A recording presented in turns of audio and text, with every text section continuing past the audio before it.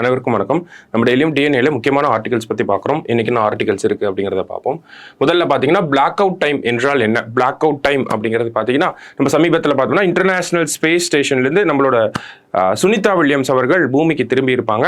அந்த ஒரு நிகழ்வை பொருத்தி இந்த ஒரு விஷயத்தை நம்ம பார்க்க போகிறோம். சரிங்களா? அதாவது பிளாக் அவுட் டைம்னா என்ன அப்படின்னு பார்த்தீங்கன்னா, பூமியை நோக்கி வரக்கூடிய ஒரு விண்கலம் இருக்கு இல்லையா, இது வளிமண்டலத்துக்குள்ள நுழையும் போது ஏற்படக்கூடிய ஒரு சிறிய ஒரு டைம் கேப் தான் நம்ம என்ன சொல்றோம், பிளாக் அவுட் டைம் அப்படின்னு சொல்றோம். ஓகேங்களா? சில நிமிடங்களுக்கு என்ன ஆகும் அப்படின்னு பார்த்தோம்னா, அந்த விண்கலத்துக்கும் பூமியில இருக்கக்கூடிய கட்டுப்பாட்டு அறைக்கும் இருக்கக்கூடிய தொடர்பு இழந்து போகும். சரிங்களா? அந்த தொடர்பு, அந்த கம்யூனிகேஷன் அப்படிங்கிறது கட் அவுட் ஆயிரும். சரியா? ஸோ இதனால என்ன ஆகுது, நமக்கு நிறைய பாதிப்புகள் ஏற்படும். ஓகேங்களா? ஸோ சிம்பிளா புரிஞ்சுக்கலாம்னா என்ன, ஒரு ஸ்பேஸ் கிராஃப்ட் உள்ள பூமிக்குள்ள வரப்ப அந்த ஸ்பேஸ் கிராஃப்ட்டுக்கும் கண்ட்ரோல் சென்டருக்கும் இருக்கக்கூடிய கம்யூனிகேஷன் கட் ஆகுது. ஓகேவா? ஸோ இதனால என்ன ஆகுது, அந்த கண்ட்ரோல் சென்டர்னால முக்கியமான டேட்டாஸை அந்த ஆஸ்ட்ரோநாட்ஸ்க்கு தெரிவிக்க முடியாம போகுது. அதே மாதிரி அந்த விண்கலத்தில் ஏதாவது ஒரு பிரச்சனை ஏற்படுது அப்படின்னாலும் அதை அந்த ஆஸ்ட்ரோநாட்ஸ் கண்ட்ரோல் சென்டருக்கு தெரிவிக்க முடியாது. ஓகேங்களா? சோ இந்த ஒரு டைம் பீரியட் தான் பிளாக் அவுட் டைம் அப்படின்னு சொல்றாங்க. 2003ஆம் ஆண்டு நம்மளுடைய கல்பனா சாவ்லா அவங்களோட சேர்ந்து வந்த 7 ஆஸ்ட்ரோநாட்ஸ் அந்த ஒரு விண்கலம் விபத்துக்கு உண்டானதும் எந்த நேரத்தில் அப்படின்னு பார்த்தீங்கன்னா இந்த பிளாக் அவுட் டைம்ல தான். அப்ப இந்த பிளாக் அவுட் டைம் ஏன் நடக்குது, ஏன் ஏற்படுகிறது அப்படின்னு பார்த்தோம்னா, நமக்கு ஒரு விண்கலம் பூமிக்குள்ள வரப்ப ரொம்ப வேகமா வரும். ஓகேங்களா? கிட்டத்தட்ட 1900 2000 டிகிரி செல்சியஸ் அளவுக்கு அது உள்ள நுழையிறனால அந்த விண்கலத்துல ஒரு ஹீட் ஃபேக்டர் அப்படிங்கிறது அந்த ஃப்ரிக்ஷன்னால கிரியேட் ஆகும். ஓகேங்களா? ஸோ ஒரு பிளாஸ்மா ஷீல்டு அப்படிங்கிறது நமக்கு கிரியேட் ஆகும். இதனால என்ன ஆகுது அப்படின்னா, கம்யூனிகேஷன்ல ஒரு சில டிலேஸ் ஏற்படுது, ஒரு சில டைம் பிளாக் அவுட் ஆயிருது. ஓகேங்களா?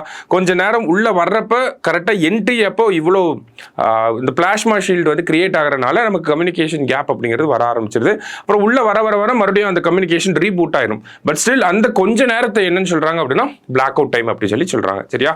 அடுத்த ஆர்டிகல்ல பார்த்தீங்கன்னா, உலகின் மகிழ்ச்சியான நகரமான நாடுகள் 118வது இடத்தில் இந்தியா அப்படின்னு சொல்லி கொடுத்துருக்காங்க. ஸோ இந்த மகிழ்ச்சியான நாடுகள் அப்படிங்கிற இந்த ஒரு அறிக்கையை பார்த்தோம்னா, நமக்கு ஜிக்மே வாங்சுக் அப்படிங்கிற பூட்டானுடைய அரசர் தான் முன்னாடி ஃபர்ஸ்ட் டைம் சொல்லியிருப்பார். ஓகேங்களா? ஒரு நாட்டுக்கு கிராஸ் டொமஸ்டிக் ப்ராடக்டை விட, கிராஸ் நேஷனல் ப்ராடக்டை விட கிராஸ் நேஷனல் ஹாப்பினஸ் தான் ரொம்ப முக்கியம் அப்படிங்கிறத சொல்லியிருப்பார். இதை 2011ஆம் ஆண்டு ஐநா சபை அங்கீகரிக்கிறாங்க. 2012ஆம் ஆண்டுலேருந்து இந்த மாதிரியான ஒரு அறிக்கை வெளியாகிட்டு இருக்கு. எப்போ வெளியிடுவாங்க அப்படின்னு பார்த்தோம்னா மார்ச் 20ஆம் தேதி. சரிங்களா? மார்ச் 20ஆம் தேதி என்னன்னு செலிப்ரேட் பண்றோம்னா, இன்டர்நேஷனல் டே ஆஃப் ஹாப்பினஸ் அப்படின்னு சொல்லி செலிப்ரேட் பண்றோம். இந்த வருஷத்துக்கான தீம் என்ன அப்படின்னு பார்த்தீங்கன்னா, கேரிங் அண்ட் ஷேரிங் அப்படிங்கிறது தான் இந்த வருஷத்துக்கான தீமா இருக்கு. சரிங்களா? ஸோ இந்த டே அப்போ தான் நமக்கு என்ன ரிப்போர்ட் ரிலீஸ் ஆகுது அப்படின்னு பார்த்தோன்னா, வேர்ல்டு ஹாப்பினஸ் ரிப்போர்ட் அப்படிங்கிறது ரிலீஸ் ஆகுது.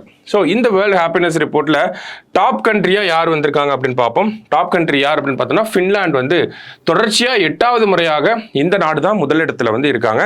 இந்தியாவோட ரேங்கை பொறுத்த வரைக்கும் பார்த்தோம்னா, நம்ம போன வருஷம் 126வது இடத்துல இருந்திருப்போம். இந்த வருஷம் பார்த்தீங்கன்னா நம்ம 118வது இடத்துக்கு வந்திருக்கோம். சரிங்களா? ஸோ வேர்ல்டு ஹாப்பினஸ் ரிப்போர்ட் இதை யார் ரிலீஸ் பண்ணுறாங்க அப்படிங்கிறதும் நம்ம தெரிஞ்சுக்கணும். சரிங்களா? ஸோ யார் ரிலீஸ் பண்ணுறாங்க அப்படின்னு பார்த்தோம்னா, நமக்கு ஆக்ஸ்போர்ட் யூனிவர்சிட்டியை சேர்ந்த வெல்பீயிங் ரிசர்ச் சென்டர் அப்படிங்கிற அவங்க, கேலப் அப்படின்னு சொல்லக்கூடிய United Nations sustainable development goals network, இவங்க 2 பேரும் சேர்ந்து தான் இந்த ஒரு ரிப்போர்ட் வெளியிடுறாங்க. சரியா? ஸோ இந்த டேட்டாவை பொறுத்த வரைக்கும் நமக்கு இந்தியாவோட ரேங்க் என்ன அப்படிங்கிறத தெரிஞ்சுக்கோங்க. போன வருஷம் 126, இந்த வருஷம் 118வது இடத்துல இருக்கும். சரியா? ஸோ நம்ம அகாடமியில் குரூப் 1க்கான டெஸ்ட் பேட்ச் அப்படிங்கிறது லீடர்ஸ் டெஸ்ட் சீரிஸ் சக்ஸஸ்ஃபுல்லாக போயிட்டு இருக்கு.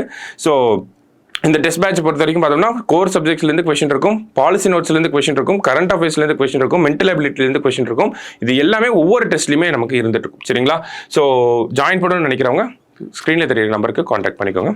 தேங்க்யூ. சுரேஷ் IAS அகாடமி, வெற்றியின் முகவரி.